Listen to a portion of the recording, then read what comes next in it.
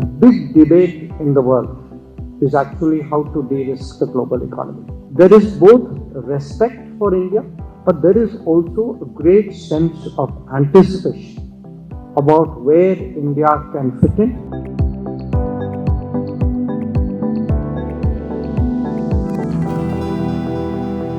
Hello, sir. This is Shrikara from WMG Group. Thank you for giving me this opportunity to ask my question. My question to you is, sir, we all are looking long term, very, very long term, 1947, BRICS Bharat. We want to understand from you, because we want to understand from you what is your plan or what is that we can look forward as a part of external affairs that we all can look forward and take advantage or have it in our plans. You know, what has basically happened under Prime Minister Modi is he has purposed foreign policy much more effectively to advance national development and national security. I mean, it wasn't like, in a broad sense that feeling existed, but he has been much more active in, building brand, in looking at best practices, in seeking capital, technology, in convincing others of the value of partnering with us. And quite frankly, in my living memory, and my memory goes back a pretty long time, I can't think of any Prime Minister who's done this really so diligently and so persistently. And I think some of that effort, the results of that today, we are actually seeing. But when I look ahead, in the next 20 years, what are 2-3 big things foreign policy should be doing? Clearly, we have to build this India brand, Bharat Brand, actually. The Bharat Brand has to be built over the next 20-25 years. The second is we have to think of the world really as a much more mobile and integrated workplace. That the idea that,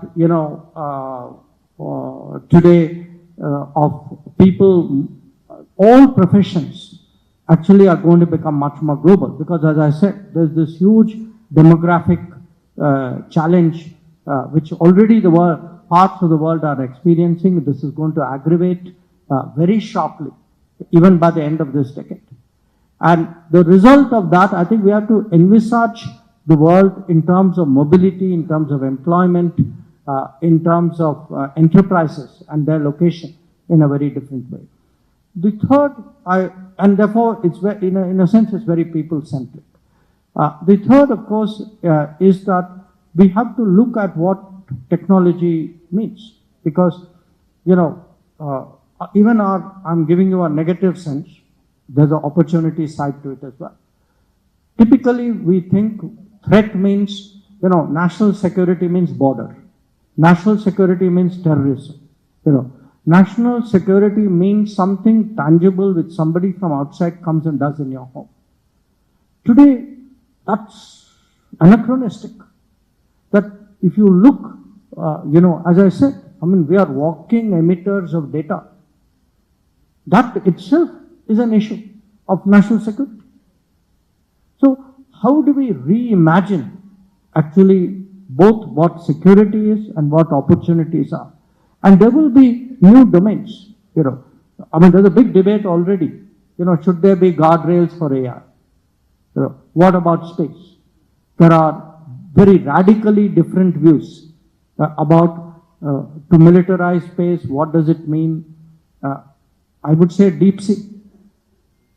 The economic implications of deep sea. And every time there's a change, there will be friction and there'll be contention. So we are actually going to be looking actually at a big shift in foreign policy as well, which will keep track as we traverse towards BRICS Bharat. Minister, my name is Rajesh. I am from WMG Group. My question is similar to what my other friends have asked me here. We live in a multipolar world. beyond Quad, what are we talking?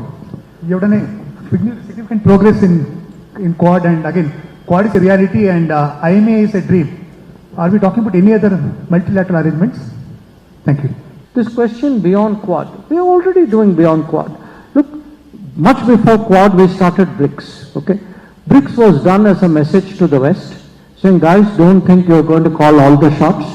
There are enough of us, we may be all different, but we all have one thing in common, which is you guys keep us out, okay?